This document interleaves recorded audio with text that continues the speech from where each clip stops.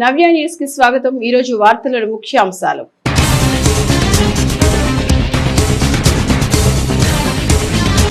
నీటి తీరువ చెల్లింపులపై అధికారులు దృష్టి సారించండి। బాపట్ల జిల్లా కలెక్టరేట్ లో రెవెన్యూ అంశాలపై ఆర్డీఓలు తహసీల్దార్లతో నిర్వహించిన సమీక్షలో జిల్లా కలెక్టర్ వెంకట మురళి।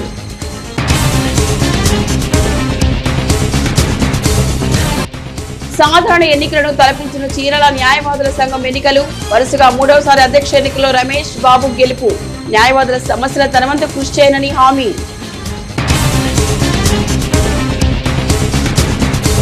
ప్రకృతి ప్రసాదించిన సంజీవిని తేనె, అటువంటి తేనెను ఉపాధి మలుచుకుని ఆదాయమే పరుగులు వేస్తున్న ఓ యువ రైతు తేనెటీగల పెంపకంపై నవ్య ప్రత్యేక కథనం।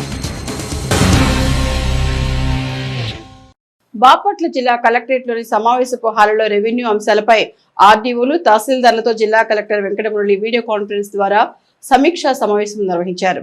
సమావేశంలో కలెక్టర్ రైతులను చైతన్యపరిచి నీటి తీరువ వసూలు చేయాలని అధికారులకు సూచించారు। నీటి తీరువ చెల్లింపుతో కలిగే బహుళ ప్రయోజనాలపై రైతులకు అవగాహన కల్పించాలని బాపట్ల జిల్లా కలెక్టర్ వెంకట మురళి తెలిపారు। బాపట్ల జిల్లా కలెక్టరేట్ లోని సమావేశ హాల్లో రెవెన్యూ అంశాలపై ఆర్డీఓలు తహసీల్దార్లతో జిల్లా collector Venkata Murali video conference ద్వారా సమీక్ష నిర్వహించారు। సమావేశంలో కలెక్టర్ రైతులను చైతన్యపరిచి నీటి తీరువ వసూలు చేయాలని అధికారులకు సూచించారు। ఈ సందర్భంగా ఆయన మాట్లాడుతూ జిల్లాలో 3.30 లక్షల మంది రైతులు నీటి తీరువ పరిధిలోకి వస్తున్నారని చెప్పారు। వీరి నుంచి ప్రస్తుత ఆర్థిక సంవత్సరం గత బకాయిలతో కలిపి నీటి తీరువ 15.46 కోట్లు వసూలు చేయాల్సి ఉందన్నారు। ప్రస్తుతం జిల్లా వ్యాప్తంగా 2.26 కోట్లు మాత్రమే వసూలు చేయడం ఏంటని అధికారులు ప్రశ్నించారు।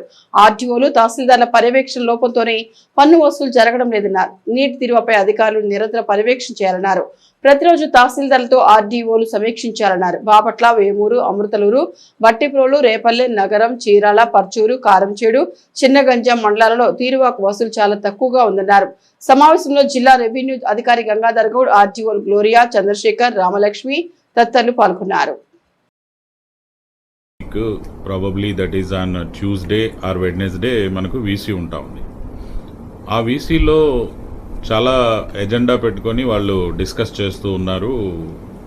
అందులో దాదాపుగా మోర్ దాన్ 50% ఆఫ్ ఎజెండాలో మనం బాగానే ఉన్నాం and we are not going to be pointed out by the state level officials వస్తాయి। సో ఆ విధంగా మనకి major canals, minor canals, silt removal చేసుకోవడం కావచ్చు, అవన్నీ కూడా వర్క్స్ వస్తాయి। ఇవన్నీ వర్క్స్ వచ్చినప్పుడు రైతులు బాగుపడతారు, వాళ్ళు కూడా మనకి సంతోషాన్ని వ్యక్తం చేస్తారు, దానికి వాళ్ళకి వర్క్స్ అన్ని జరుగుతున్నాయని। సో ఇదంతా లింక్, మీరు కలెక్ట్ చేస్తే ఆ డబ్బు కడాకి వెళ్తుంది, కడా దగ్గర డబ్బులు ఉంటే వాళ్ళు వర్క్స్ ఇస్తారు మనకి, ఆ వర్క్స్ ద్వారా మళ్ళీ అది రైతులకే వచ్చేస్తుంది ఆ డబ్బు। వాటర్ యూజర్ అసోసియేషన్స్ ఎలక్షన్స్ కూడా జరిగాయి, వాళ్ళకు వస్తుంది ఆ డబ్బు। సో అక్కడ మళ్ళీ మనమే యాజ్ ఎ కలెక్టర్ మళ్ళీ మనమే ఏ పనులు చేయాలో నిర్ణయం మనదే, ఆ పనులన్నింటినీ మనం చేయించి ఇరిగేషన్ డిపార్ట్మెంట్ ద్వారా వాటర్ యూజర్ చీరాల కోర్టు సముదాయంలో జరిగిన న్యాయవాదుల సంఘం ఎన్నికలలో చీరాల న్యాయవాదుల సంఘం నూతన అధ్యక్షులుగా వరుసగా మూడవసారి గౌరవ రమేష్ బాబు ఎన్నికయ్యారు। ఎంతో ఉత్కంఠ రేపిన ఎన్నికల ఫలితాలలో సమీప ప్రత్యర్థిపై 6 ఓట్ల తేడాతో విజయదుందుబి మోగించారు। చీరాల కోర్టు సముదాయంలో జరిగిన చీరాల న్యాయవాదుల సంఘం ఎన్నికలలో చీరాల న్యాయవాదుల సంఘం నూతన అధ్యక్షులుగా వరుసగా మూడవసారి గౌరవ రమేష్ బాబు హ్యాట్రిక్ విజయం సాధించి అధ్యక్షునిగా ఎన్నికయ్యారు। చీరాల న్యాయవాదుల సంఘం అధ్యక్షత రేసులో ఓవైపు గౌరవ రమేష్ బాబు నిలబడగా మరోవైపు సీనియర్ న్యాయవాది కొమ్మనపోయి నాగేశ్వరరావు నిలిచినారు। ఇవి కాక పాలక వర్గానికి సంబంధించిన పలు పదవులకు సైతం ఎన్నిక ప్రక్రియ సాగింది।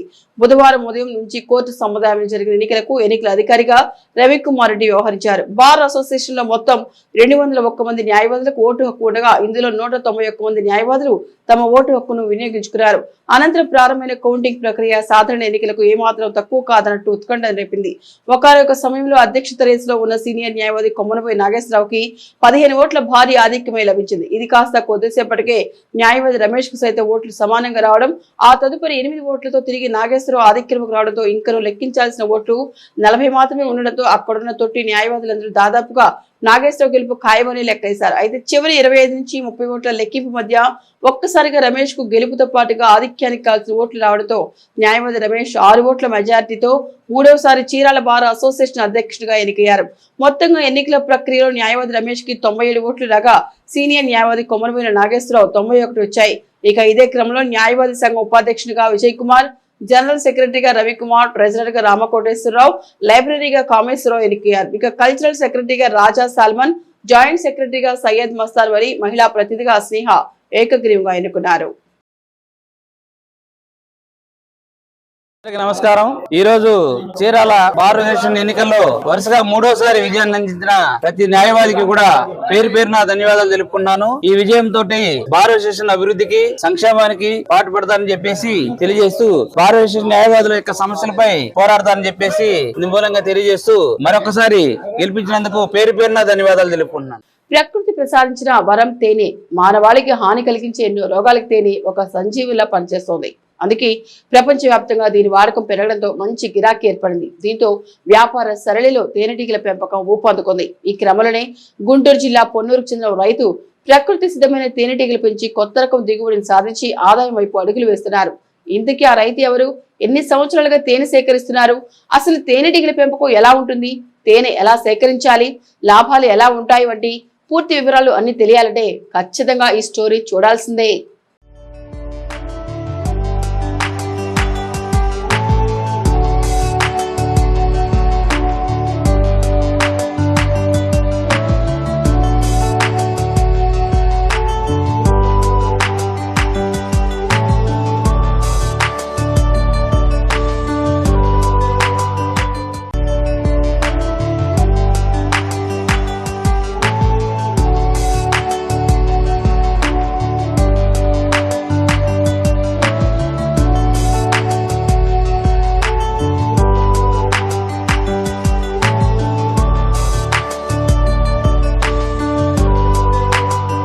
తేనెటీగల పెంపకం అనేది ఓ వ్యాపారం కాదు, ఒక రకమైన వ్యవసాయమే.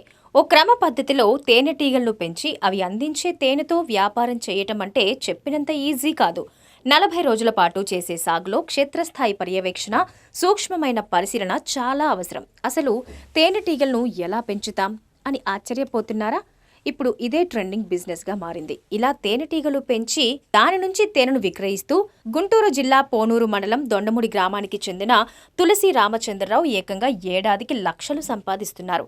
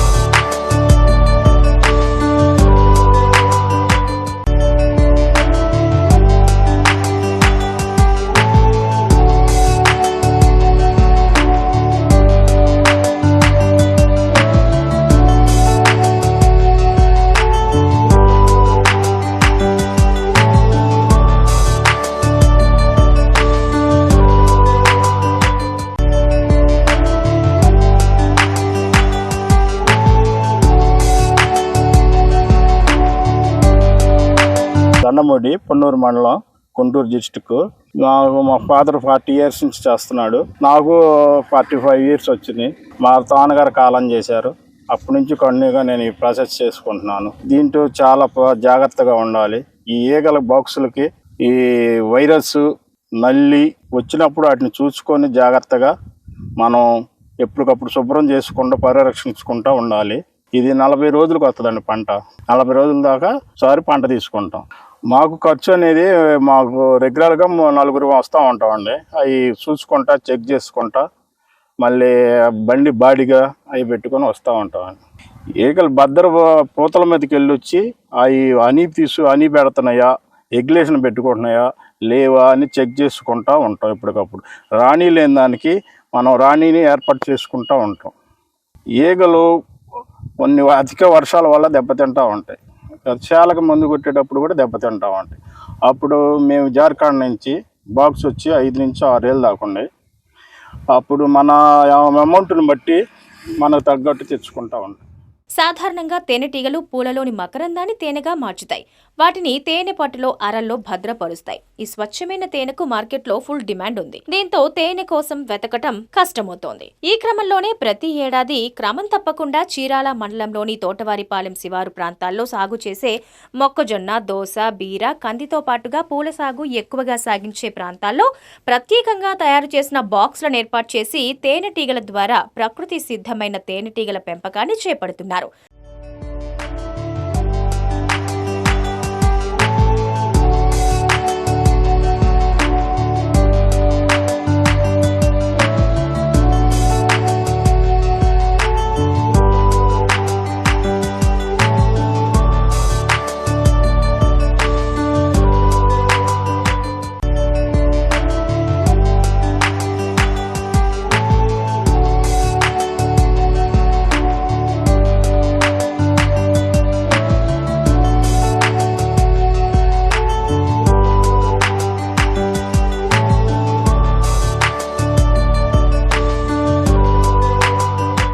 మాకు 150 బాక్సులు ఉన్నాయండి. బాక్స్కి వచ్చి 4 కేజీల కాడి నుంచి 5 కేజీలు వస్తూ ఉంటాయి. 150 × 5 క్వింటాల దాకా వస్తూ ఉంటుందండి. ఈ హనీ మనం వచ్చి షాపులకు వేసుకుంటాం, రిటైల్గా అమ్ముకుంటా ఉంటాం. దీని రేటు 4 నుంచి 500 దాకా ఉంది మార్కెట్. మేము తింటే మనం మామూలు రెగ్యులర్గా ప్రకృతి నుంచి వచ్చేదే తీస్తూ ఉంటాం. దీనికి కొద్దిపాటి పెట్టుబడి, వనరులు, సమయం సరిపోతాయి. అయితే వాటన్నింటికీ మించి తేనెటీగలపై పూర్తిస్థాయి పర్యవేక్షణ మాత్రం తప్పనిసరిగా ఉండాలి. లేని పక్షంలో మాత్రం ఇబ్బందులు తప్పవంటున్నారు. ఎక్కడ పంటలు పూత దశలో ఉంటే అక్కడికి తేనె పెట్టెలు తరలిస్తూ నిరంతరాయంగా తేనె దిగుబడిని తీస్తూ ఉన్నారు. తేనెటీగల పెంపకంతో స్వయం ఉపాధిని పొందుతూనే మరికొంతమందికి ఉపాధినిస్తున్నారు. అనుభవం వస్తున్న కొద్దీ పెట్టెల సంఖ్య పెంచుకుంటూ ప్రస్తుతం 150 పెట్టెలతో ప్రతి 40 రోజులకొక్కసారి ఒక్కొక్క పెట్టె నుంచి 3 నుంచి 5 కిలోల వరకు తేనె తీస్తూ సుమారు 200 నుంచి 300 వరకు తేనె దిగుబడి తీస్తున్నారు. ఇక తేనె దిగుబడిని సాధించే ప్రక్రియలో ఒక రాణి ఈగ, కొన్ని మగ ఈగలు బయటకు వెళ్లకుండా పెట్టెలోనే ఉంటాయి. పూత ఈగలు, సిపాయిలు, తూలీగలు మాత్రమే బయట తిరిగి పుష్పాల్లోంచి మకరందాన్ని సేకరించి వాటిని తేనెటీగల పెట్టెల్లోని అరల్లో భద్రపరుస్తాయి. ఒక్కో రాణి ఈగ రోజుకి 1500 నుంచి 2000 గుడ్లు పెడుతుంది. తేనె తుట్టెల సాగు ఒకచోట ఉండి చేసేది కాదని రైతు రామచంద్రరావు తెలిపారు.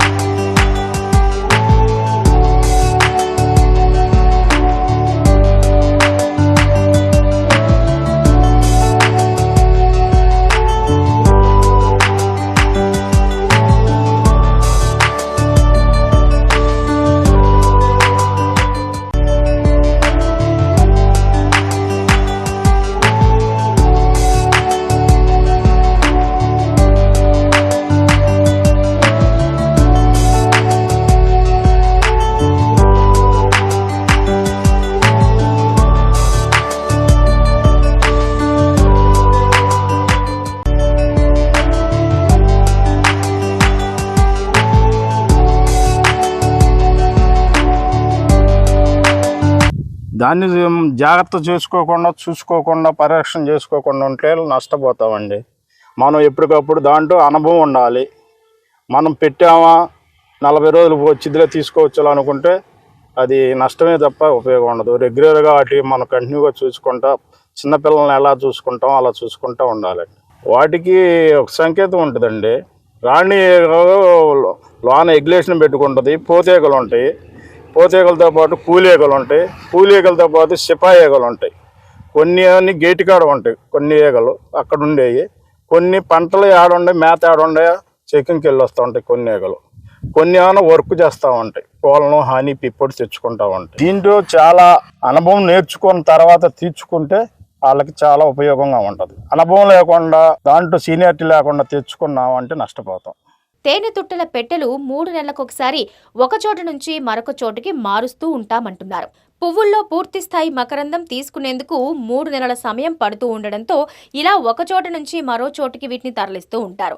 తేనెటీగల సాగులో ఇదే ఒక్క పెద్ద సవాల్ని చెబుతున్నారు. ఇన్ని దశలను తట్టుకుని పూర్తి స్థాయిలో పర్యవేక్షిస్తేనే ఆదాయం చేకూరుతుందంటున్నారు. మొత్తంగా విజయవంతమైన తేనెటీగల పెంపకం ద్వారా ఆదాయం సమకూర్చుకుంటూ మరికొందరికి ఉపాధి కల్పిస్తూ అనేక మందికి ప్రేరణగా నిలుస్తున్న రైతు తులసి రామచంద్రరావు తేనెటీగల పెంపక ప్రయాణం చాలా మందికి ఆదర్శప్రాయంగా నిలుస్తుంది అనటంలో ఎలాంటి సందేహం లేదు కదా మరి.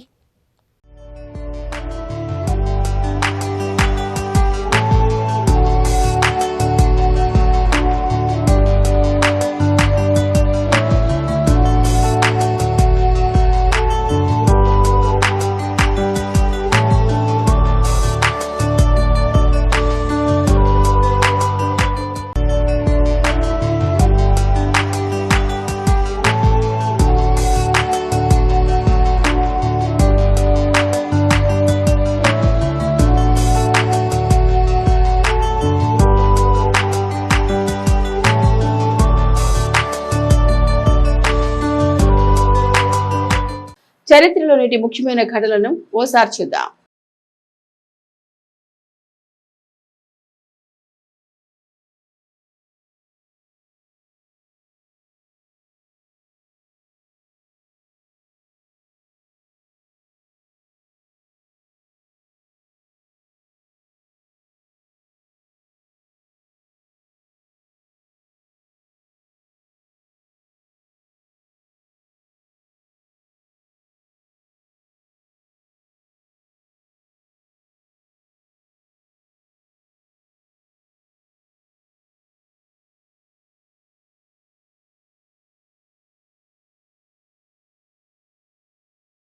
Vetapalem saint Ann's college of engineering and technology కళాశాలలో MBA, MCA విభాగంలో ఆఖరి సంవత్సరం చదువుతున్న విద్యార్థులకు అదే విభాగానికి చెందిన విద్యార్థులు మాగ్నోత్సవ్ 2K25 పేరిట వీడ్కోలు సభను నిర్వహించినట్లు కళాశాల సెక్రటరీ వర్మ రామకృష్ణారావు, కరెస్పాండెంట్ శ్రీమంతుల లక్ష్మణరావు ఓ ప్రకటన ద్వారా తెలియజేశారు. ఇదిగో ఇక్కడ మీరు చూస్తున్నది నిజమేనండోయ్. ఇంతకీ మీకు ఈ వీడియో చేసినాక ఓ డౌట్ రావచ్చు, రోడ్లో కారుందా లేక కారే రోడ్డు కిందకు వచ్చిందా అని. ఇదే మరి ఈ రోడ్డు నిర్మాణమై ఈ కారుని వార్తల్లో కొక్కేలా చేసింది. వేటపాలెం దేశాయపేట పంచాయతీ ఆమోదగిరి పట్టణంలో ఇటీవల 4.10 లక్షలతో మహాత్మా గాంధీ ఉపాధి హామీ పథకం కింద CC రోడ్డు నిర్మించారు. రోడ్డు నిర్మాణంలో ఏమైనా అడ్డు వస్తే తొలగించి ఆపై రహదారి నిర్మించాల్సిన అధికారులు, కాంట్రాక్టర్లు అందుకు విరుద్ధంగా వ్యవహరించారని ఆరోపిస్తున్నారు. బాధితుడు రూపానంద్ అంతేనా, తన సొంత స్థలంలో సైతం రోడ్డు నిర్మాణం చేపట్టారంటున్నారు. ఈ రోడ్డు నిర్మాణంతో తన కారు పూర్తిగా దెబ్బతిందని ఆవేదన వ్యక్తం చేస్తున్నారు. అధికారుల తీరుతో తనకు చాలా నష్టం జరిగిందని, సంబంధిత అధికారులపై చర్యలు తీసుకోవాలని పోలీసులకు సైతం ఫిర్యాదు చేశారు. ఇదిలా ఉండగా అధికారులు మాత్రం మరోలా చెబుతున్నారు. ఎప్పటి నుంచో స్థానికంగా రోడ్డు నిర్మించాలనే డిమాండ్ ప్రజల నుంచి ఉందని, ఏడాది నుంచి ఆ కారు అక్కడే ఉందని, తీయాలని యజమానికి ఎన్నోసార్లు చెప్పినా పట్టించుకోలేదన్నారు. గత ఏడాది ఈయన వల్లే రోడ్డుకు నిధులు మంజూరైనా వెనక్కి వెళ్లాయన్నారు. కారు ఉంచిన స్థలం తనదేనని అతను చెప్తున్నాడని అన్నారు. ఇప్పటికే పనులు ఆలస్యం కావడం వల్ల కాంట్రాక్టర్ రోడ్డు నిర్మించారని తెలిపారు. ఈ విషయం ఇప్పుడే తన దృష్టికి వచ్చిందని విచారిస్తానని స్పష్టం చేశారు.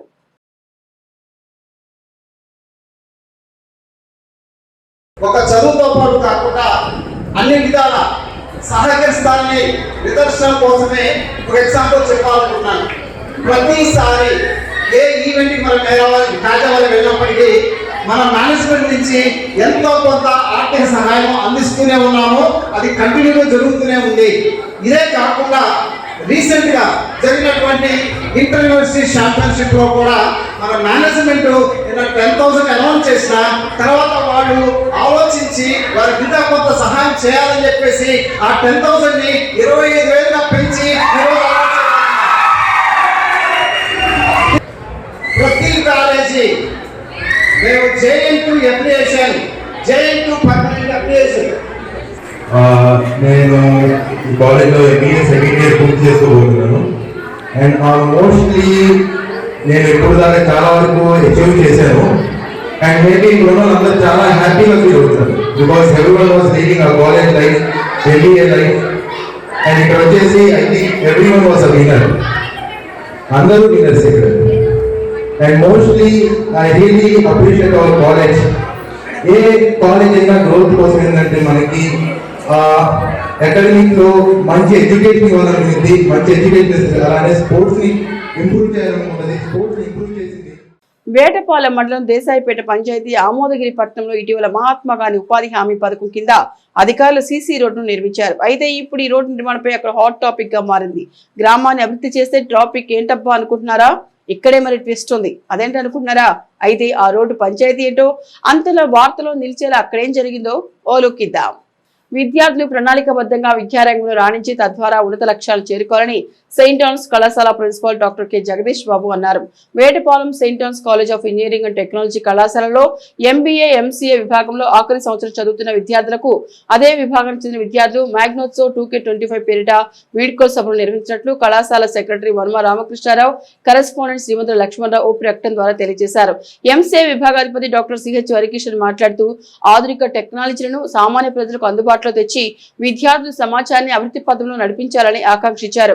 ఎంబీఏ విభాగాధిపతి డాక్టర్ ఆర్ ఇమానియల్ మాట్లాడుతూ ఆధునిక కాలంలో మేనేజ్మెంట్ విద్యకు ఎంతో ప్రాముఖ్యత ఉందని, పరిశ్రమల నిర్వహణలో మేనేజ్మెంట్ ప్రముఖ పాత్ర వహిస్తోందని తెలిపారు. ఈ సందర్భంగా ఎంబీఏ 2వ సంవత్సరం చదువుతున్న ఎస్ కాజావలి ఇటీవల శ్రీనగర్ లో జరిగిన ఇంటర్ యూనివర్సిటీ స్పోర్ట్స్ ఫెస్టివల్ లో జేఎన్టీయూ కాకినాడ తరపున 93 కేజీల వెయిట్ లిఫ్టింగ్ పోటీల్లో మొదటి స్థానంలో గెలిచిన సందర్భంగా ఎస్ కాజావలికి సన్మానం చేసి మేనేజ్మెంట్ వారు 25,000 రూపాయల నగదు చెక్కును బహూకరించారు. అనంతరం ఈ సందర్భంగా జరిగిన పోటీలలో గెలుపొందిన విద్యార్థులకు బహుమతులను అందజేశారు. ఇదే క్రమంలో విద్యార్థులు ప్రదర్శించిన పలు సాంస్కృతిక కార్యక్రమాలు విశేషంగా ఆకట్టుకున్నాయి.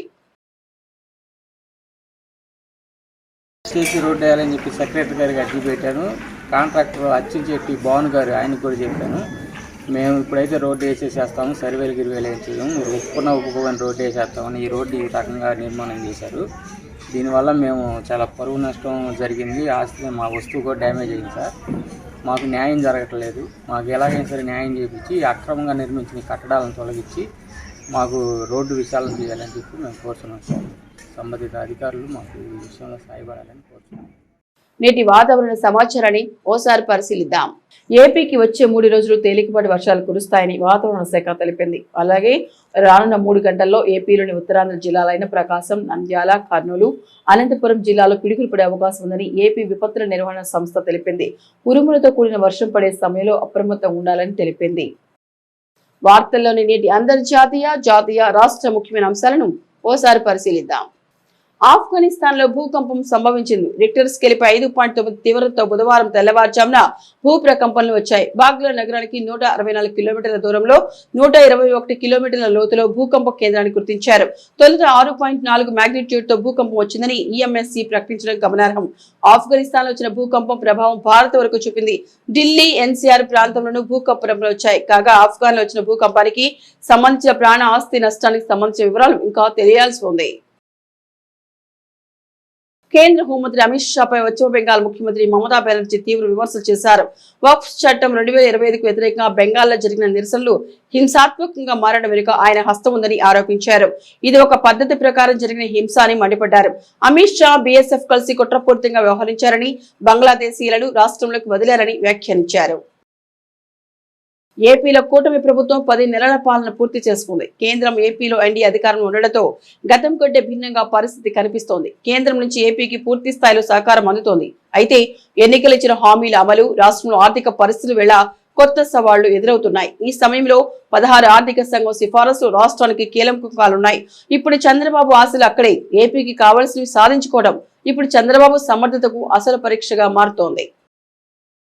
మారుతి సుజుకి వ్యాగనార్ చాలా కాలంగా భారతీయ కార్ల కొనుగోలుదారులను ఆకర్షిస్తోంది. ముఖ్యంగా కొత్త అప్డేట్స్, స్థిరమైన అమ్మకాల పనితీరుతో ఈ కారు ఇతర బడ్జెట్ కార్లకు గట్టి పోటీనిస్తోంది. తాజా అప్డేట్ లో మారుతి సుజుకి వ్యాగనార్ కారులో 6 ఎయిర్ బ్యాగ్స్ సెట్ చేసి ప్రయాణికుల భద్రతకు కీలక చర్యలు తీసుకున్నారు.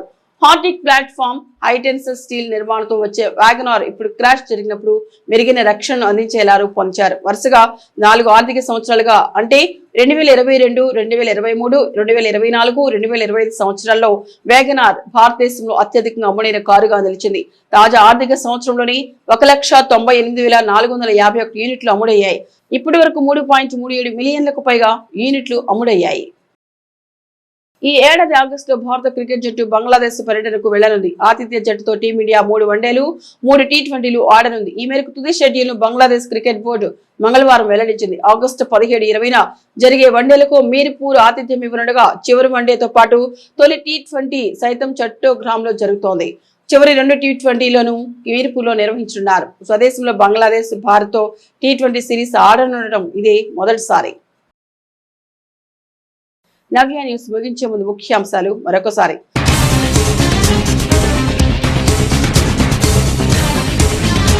నీటి తిరువ చెల్లింపులపై అధికారులు దృష్టి సారించండి. బాపట్ల జిల్లా కలెక్టరేట్ లో రెవెన్యూ అంశాలపై ఆర్డీఓలు తహసీల్దార్లతో నిర్వహించిన సమీక్షలో జిల్లా కలెక్టర్ వెంకట మురళి.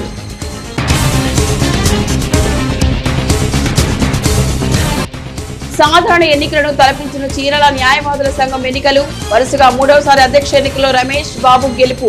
న్యాయవాదుల సమస్యల తనవంతు కృషి చేయనని హామీ.